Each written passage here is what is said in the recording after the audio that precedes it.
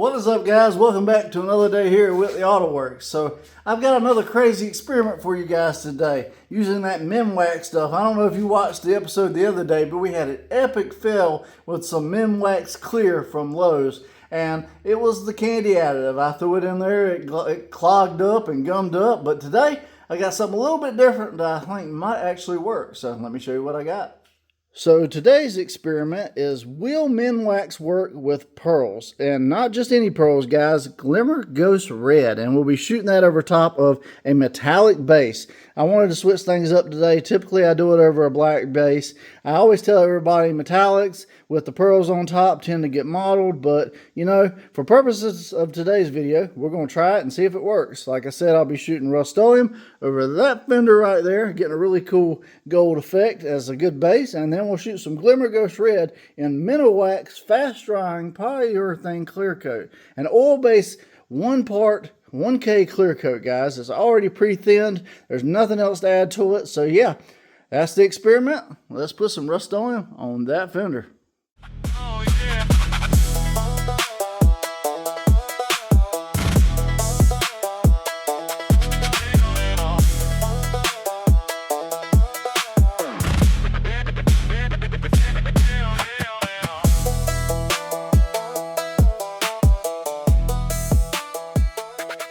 Alright guys, so now we got a really cool Rustoleum metallic gold color. If you're interested in this, this is the metallic champagne bronze actually. It looks gold to me. Maybe I can see the bronze a little bit, but alright. Now it's time to mix up some of that Minwax clear with some pearls and see if we can make this thing really pop. Alright guys, so for those that didn't see it the other day, this is Minwax fast drying polyurethane clear coat. This is a 1K oil-based clear coat that people typically use on furniture. And what I'm going to use today is, some other subscribers have actually used this with success over Rustoleum, being that it's oil-based, as like a poor man's version of a MIDCOAT. And it looks like it's pretty clear. When you look at it in the cup though, it is deceiving. It's very coffee colored, so I'm going to put a couple ounces in here. Now, if you've watched my binder series where I showed everybody different color binders. Cheap binders typically have a milky look to them, guys, and that's why the cheaper paints are very hard to match and stuff like that. Usually the more expensive the paint, the clearer this actually looks. So this is like a cheap binding agent, and it is a 1K product, so that means it's not going to have much UV protection. But for purposes of this video, we're going to see, could this be a viable option, especially for like a MIDCOAT or something like that. And I've got Glimmer Ghost Red from Eye Candy Pigments, a very cool ghost pearl, and we'll be putting that in here today. Right now I have a total of, let's see, I have a total of 5 ounces. So let me get a teaspoon real quick and we'll put some Glimmer Ghost in. So this is Glimmer Ghost Red, guys. It's a really cool white particle based pearl. I'm going to put about half a tablespoon in there for good measure into 5 ounces. And we'll mix this up real good, and let's see how this covers as far as just in the cup in general, being that it's a kind of milky colored base. Alright, so that's what we're looking like. You can see the color shift a little bit if you look at it. I'm going to have to mix this up really good. The biggest thing is, will this turn clear when it hits the panel? Will it react? Will it cause any issues? Like I said, this is to where you don't thin it. It is a very thin consistency, so coverage is going to be questionable as well. So it's going to be a fun experiment today, guys. So let's load up the old paint gun and let's get to spraying some of this crazy Minwax Glimmer Ghost Red. Alright guys, I've been letting this Rustoleum metallic color set up for about 10 minutes, so I think it'll be good to go for a top coat. And now I've got this Ghost Red Eye Candy Pearl, Glimmer Ghost Red, and Minwax 1K Clear. So this is going to be very interesting to see how this lays out and how it reacts with everything. This gun is the Intercraft D1 Drizzle, guys, a very cool, popular, low volume, low pressure paint gun. It's got a 1.3 tip, and I'll be shooting at 28 PSI wide open trigger for purposes of this video. Just going to do consistent coats because I don't know, like I said, never tried this stuff before. Don't know how it's going to lay out. So anyways, we'll do consistent coats till we get a good effect, and then we'll take it out in the sun and see what we got. We'll put the mask on. Let's get the spraying.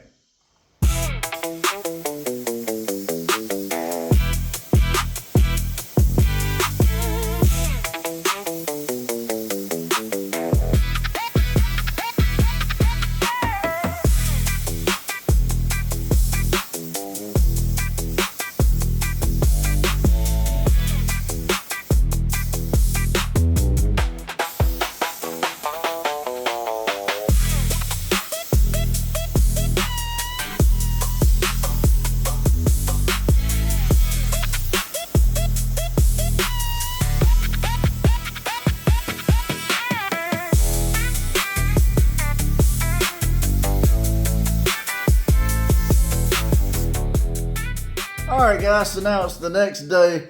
We're trying some stuff with this Minwax, and yeah, I got a couple things to show you guys, so let's go over what I got so far.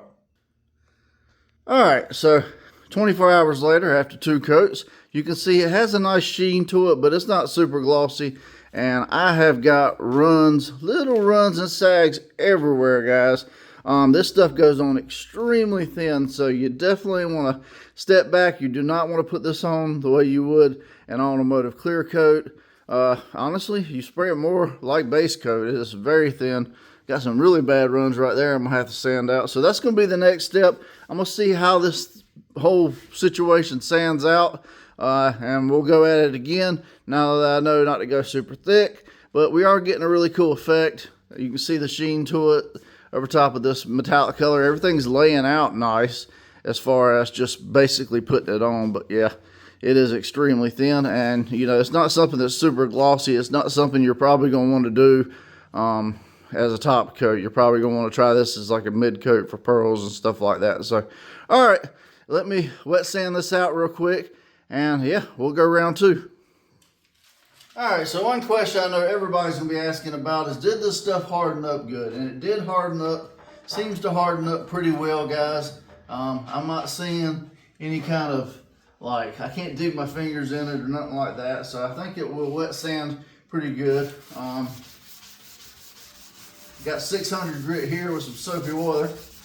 And I'm just going to kind of go over the whole thing. See how it does. And yeah, I'll speed up the process a little bit, and I'll catch up with you in a few minutes. Alright, I'm not finished yet, but it ain't no fun when you got the runs. But this is 24 hours later.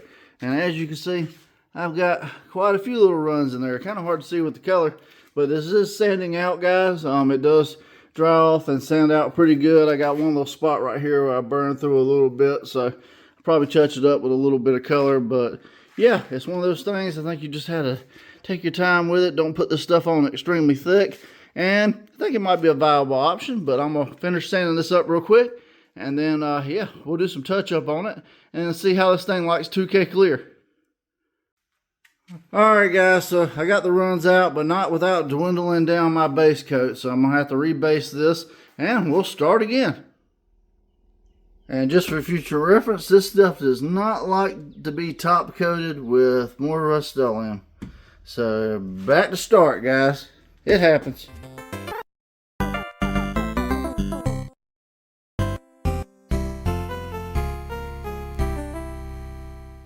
Alright guys, so 30 minutes later and we're back to start on another test fender. I've already based it in the coppery gold color, the bronze, whatever you call it. And now I've got some of that Minwax mixed with the Glimmer Ghost Red Pearl. This time around, I'm going to just try to lightly dust coat it.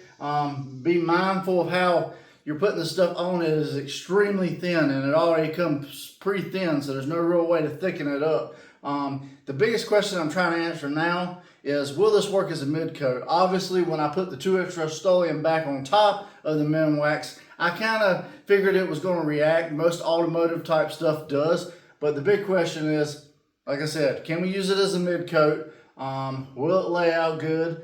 And will clear coat react with it? So I'm going to put my mask on and let's get spraying. Round 2.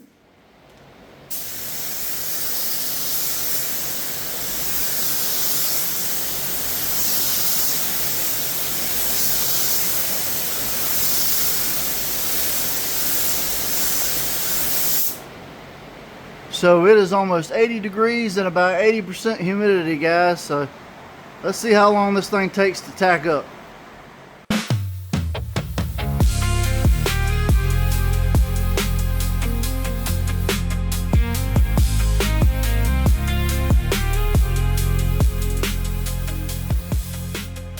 Alright guys, so as you saw, I just did 3 coats on it. I'm doing them about 10 minutes apart and I'm dust coating it. I am not putting it on heavy because this stuff is extremely thin. I am getting pretty good layout. I am getting a good effect. But now, here's the real test. Let's let this tack up really, really good. And let's see what this thing does with some 2K clear coat.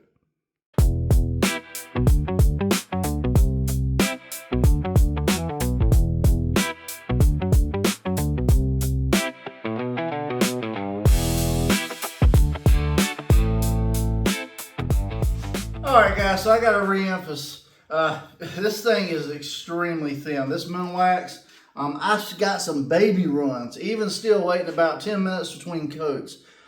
This stuff is extremely temperamental. So if you decide to do anything with this, definitely you're going to have to dust it on, and you're going to have to give it 10 to 15 minutes between coats. Really take your time with it, or you will pay for it.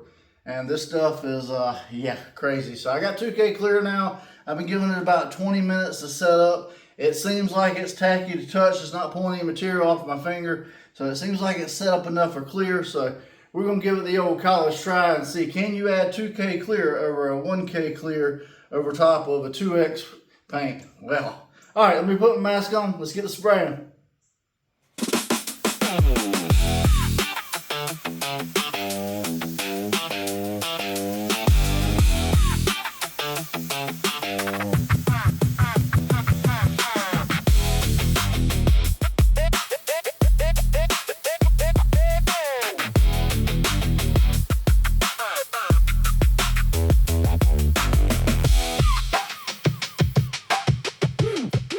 Well guys, I gave it the old college try, but as you can see, 2K clear is a no-go.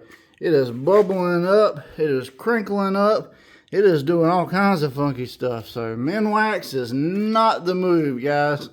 Alright, let's talk about it.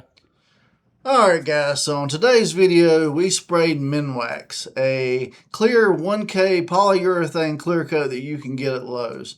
Now, if I haven't said it enough in this video, this stuff is extremely thin, so definitely use it with caution. Now, the other thing I can say about it is it acts much like the Duplicolor Paint Shop 1K Clear that's already ready mixed, ready to go, that you've seen on the shelves in the little quarts. It's basically the same exact mess.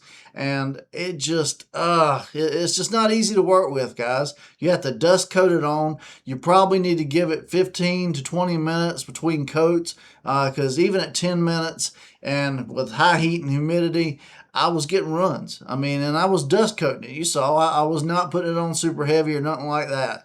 And then, of course, 2K clear is a no-go. If you wanted like a satin to matte finish, you could use it for that. But ultimately, I think it's going to yellow after a few months, much like the lacquer clears and even the Duplicolor Paint Shop stuff. A lot of the 1K clear coats, guys, they just don't play well with anything else. It's much like the Rustoleum chrome paint.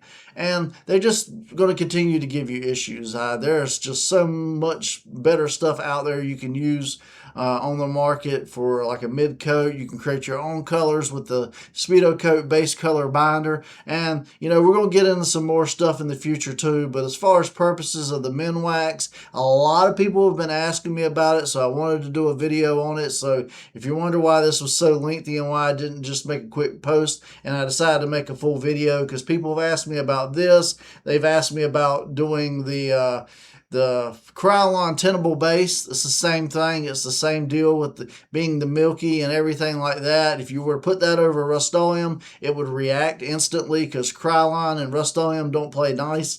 And then 2K clear, well, you just have a recipe for even more of a disaster. So as far as any kind of cheap mid-coat to put over top of Rustoleum or whatever, there's just not a good viable option in that respect. The best way to go about it is either to put it in your clear coat or to create your own base coat over top of a colored primer or a black or something like that, which we've done in past videos with this, like I said, the Speedo Coat clear base. So we'll get into more cheap, affordable paint jobs, the automotive style, in the future, because I know I've covered a whole lot of oil-based stuff. A lot of people like to see the Rustoleum stuff because it's cheap, and yeah, with the clear coat over top, it's a pretty simple combination of paint and clear. So yeah, that's going to be pretty much it for this video. I'm sorry that the Minwax stuff failed, guys. Sometimes it just happens, but you know, on this channel, I want to show you guys the successes and I want to show you guys the failures. And I don't want to just tell you things. I want to show you why and show you what actually happens. And, you know, so you don't have to take my word for it. You can see it in reality. But and if you like all that type of stuff, guys, you like these crazy experimental videos that sometimes do fail, please, if you haven't already, subscribe to Whitley Auto Works. Ring that little bell beside it. You'll get notified every time a new episode drops. And leave me a quick like and comment. Let me know your thoughts and opinions on today's video. I always appreciate the engagement tremendously, and it helps me with YouTube's algorithm to spread out and continue to do crazy experiments just like this. But if you're interested in anything you saw me use today, the paint gun was a D1 drizzle, guys. I shot everything at 28 PSI, 1.3 tip. If you're interested in any of that stuff, it's always in my Amazon store, as seen on YouTube. Link in the description. You can get it for the same price as me, and you get all the benefits of Prime. So it's a great pickup if you're interested in anything. But as always, guys, I appreciate you for watching today. I'm John from Whitley Auto Works. I hope you guys have a great day. God bless, and I'll see you guys on the next episode.